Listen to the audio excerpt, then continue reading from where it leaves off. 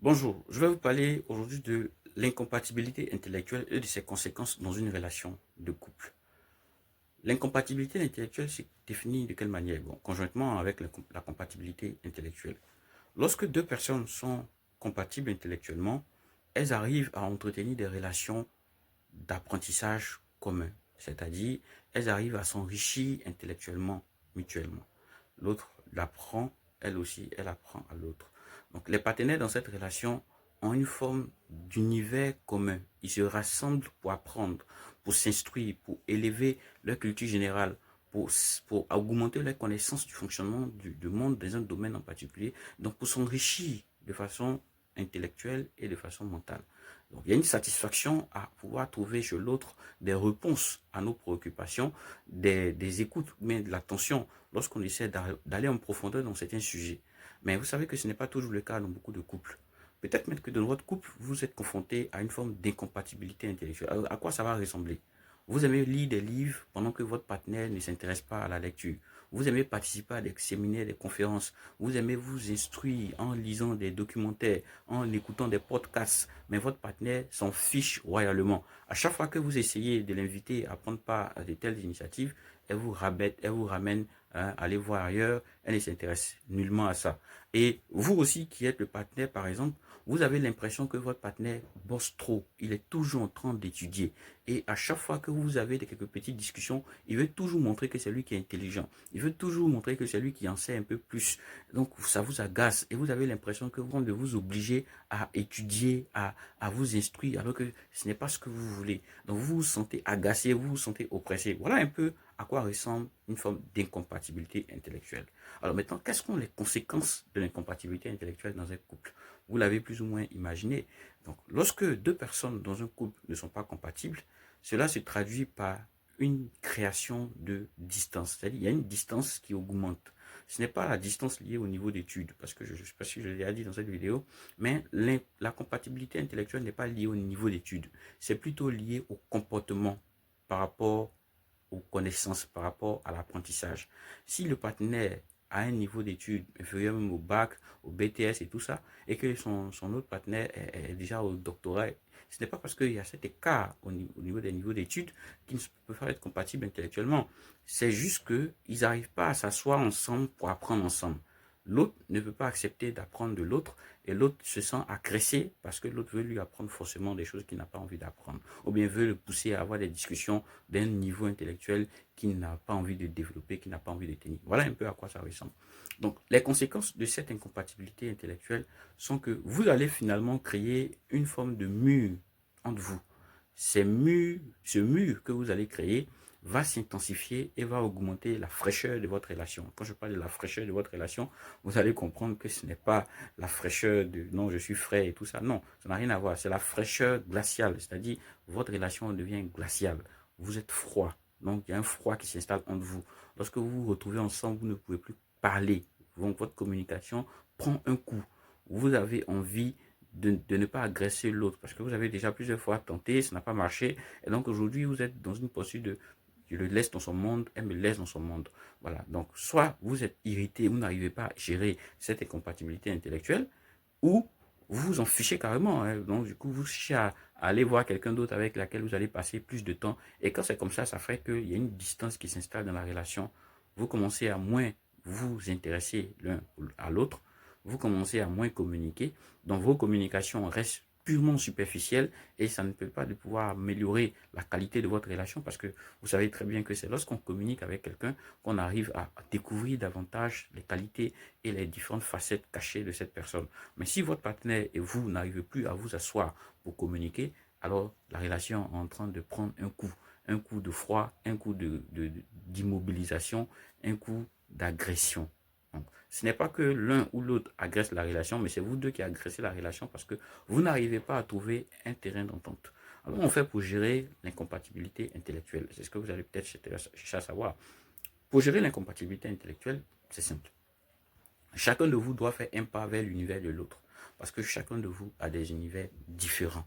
Lorsque vous avez remarqué que votre partenaire n'aime pas lire des livres, n'aime pas participer aux conférences, n'aime pas écouter les podcasts, et que vous, c'est ce que vous aimez, vous n'allez pas vous transférer dans la relation. C'est-à-dire que vous allez obliger votre partenaire à faire ce que vous aimez dans la relation. Non, ça ne se passe pas comme ça. Sinon, vous allez toujours créer du forcing et vous allez obliger votre partenaire à faire ce qu'elle n'est pas de façon abusive. Et quand c'est comme ça ne crée pas une harmonie relationnelle solide.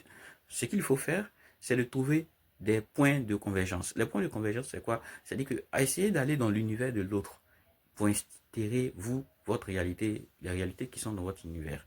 C'est comme ça passe. Je vais donner un exemple simple.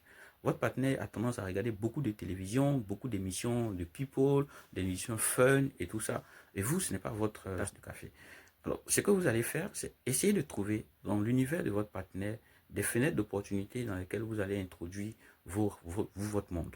Donc, c'est pas comme si vous essayez d'imposer votre réalité à votre partenaire, mais vous rejoignez votre partenaire dans sa réalité et c'est à l'intérieur de sa réalité que vous imposez, sinon vous proposez, vous faites entrer avec beaucoup de douceur et de bienveillance, vos aspirations, vos attentes. C'est vraiment comme ça que ça se passe lorsqu'on est en train de vraiment travailler à améliorer la qualité de sa relation. Et c'est ce qui se passe lorsqu'on développe l'intelligence de couple.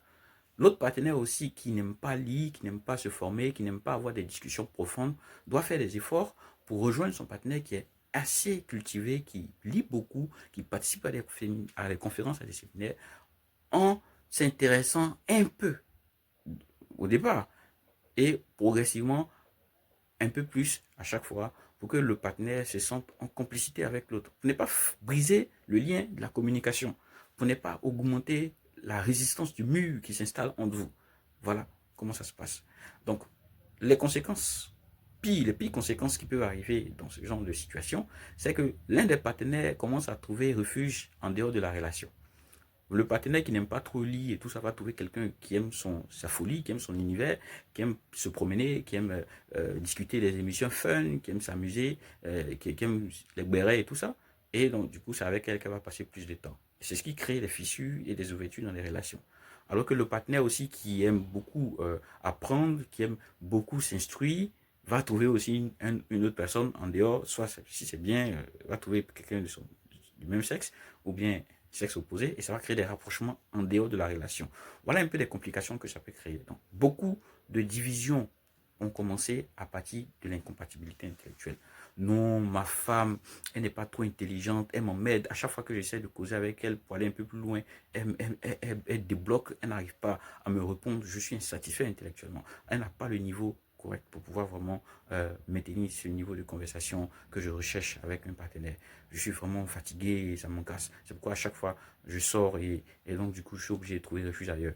Madame aussi, elle va trouver ce genre d'arguments. Vous dites, mon mari m'emmède. À chaque fois, il veut que je lise des livres. À chaque fois, il veut que je participe à des séminaires, des conférences. Il faut qu'on lise on écoute des podcasts ensemble. Il veut me poser des questions qui me font trop réfléchir. Je ne comprends même pas si je suis encore à l'école, je suis ici encore en classe. Alors que ce monsieur-là, quand je l'ai connu, on était tout bien, tout. Les choses ont changé. Parce qu'au fur et à mesure que la relation se développe, vous commencez à enlever les écailles de vos yeux pour voir la réelle personnalité de l'autre. Et vous commencez à avoir des besoins qui n'étaient pas exprimés au début de la relation. Alors, pour pouvoir vous aider à mieux évaluer tous les besoins de votre relation, à évaluer votre satisfaction des besoins dans votre relation, nous avons conçu un programme de développement de l'intelligence des couples. Alors, c'est un programme qui prend en compte tous les aspects des compatibilités. J'ai parlé de l'incompatibilité, la compatibilité intellectuelle tout à l'heure. Mais à côté de la compatibilité intellectuelle, vous avez la compatibilité sexuelle, la compatibilité spirituelle ou religieuse, la compatibilité financière, la compatibilité dans les objectifs de vie, la compatibilité sociale, donc la compatibilité dans les modes de vie. Et tous ces différents éléments sont des terrains de compatibilité qui doivent être évalués. Donc, comment vous faites pour évaluer ça? Si vous n'avez pas d'outils, des astuces, des structures de réflexion pour vous aider à mettre le doigt sur chacune de vos comportements. Et comment vous pouvez faire pour ne pas arriver au point de friction, ne pas arriver à des niveaux où vous êtes obligé de commencer à vous éloigner l'un de l'autre. Pour vous aider à améliorer donc votre unité, pour améliorer votre épanouissement dans votre couple, nous avons conçu un programme de développement de l'intelligence des couples. Donc, vous avez besoin d'améliorer votre manière de réfléchir pour résoudre les conflits mineurs qui commencent petit à petit mais qui vont devenir grands si vous ne corrigez pas quelques paramètres de votre comportement. Vous et votre partenaire, vous pouvez faire le travail vous seul, mais si vous devenez plus intelligent, ça sera bénéfique pour votre relation parce que la relation se nourrit de l'action de chacun des partenaires. Voilà un peu à quoi vous devez vous attendre, à quoi vous devez vraiment travailler pour pouvoir vraiment améliorer votre relation et donner plus de force à votre union. Le programme est composé de 3 évaluations qui vous aident à évaluer vos compatibilités selon les différents domaines que j'ai cités tout à l'heure. Ensuite, à évaluer vos priorités, parce que les priorités aussi peuvent influencer votre comportement mutuel. Si vous n'avez pas les mêmes priorités, par exemple, l'un de vous a une priorité plus importante pour le couple, c'est-à-dire qu'il met le couple au-dessus de toutes ses autres priorités, c'est-à-dire que le couple passe avant tout. Donc, son comportement et ses investissements vont être différents de celui pour qui c'est la carrière qui passe avant tout, n'est-ce pas? Donc, si les priorités ne sont pas alignées, ne sont pas traitées et comprises, ça va créer encore des complications et ça va rendre difficile en fait la vie à deux, la relation que vous êtes en train de bâtir. Le dernier point, c'est la satisfaction des besoins. Tout à l'heure, j'ai parlé de compatibilité intellectuelle, mais ça nourrit quel besoin? Ça nourrit un besoin d'appartenance, un besoin d'amour, et puis un besoin aussi d'estime. Parce que au-delà des besoins physiologiques, des besoins de sécurité, on a aussi besoin d'échanger, de se sentir valorisé, de sentir qu'on contribue à l'enrichissement de l'autre. Et ça va nourrir encore un autre besoin plus important qui est le besoin de l'accomplissement. C'est-à-dire que lorsque on doit s'accomplir, il faut qu'on développe les compétences, il faut qu'on améliore notre savoir, on développe notre culture générale. Et donc tout ça, ça va contribuer à nourrir certains besoins que vous devez comprendre. Donc en évaluant vos besoins, la satisfaction de vos besoins dans votre relation, vous allez vous donner la possibilité de pouvoir vraiment mettre table rase sur tout ce qui est en train de s'élever comme mur entre vous et votre partenaire. Je vous laisse là pour ne pas être trop long et je vous souhaite de travailler correctement sur votre relation pour donner à votre relation plus de force, plus de tonus afin que vous puissiez vraiment être très épanoui dans votre couple. Je vous remercie et n'hésitez pas. Pour pouvoir avoir accès au programme de l'intelligence de couple, il y a un lien ici. Soit vous allez directement sur le lien WhatsApp qui est juste à côté de cette vidéo, soit vous dirigez vers le lien d'achat direct. Et donc, vous pouvez acquérir la formation directement en effectuant votre paiement ou vous pouvez nous faire votre dépôt et vous allez recevoir sur votre mail euh, euh, les différentes évaluations associées à ce programme. Sur ce, je vous souhaite une bonne suite de journée et je vous dis à très bientôt pour la prochaine évaluation, sinon pour la prochaine compatibilité. Au revoir.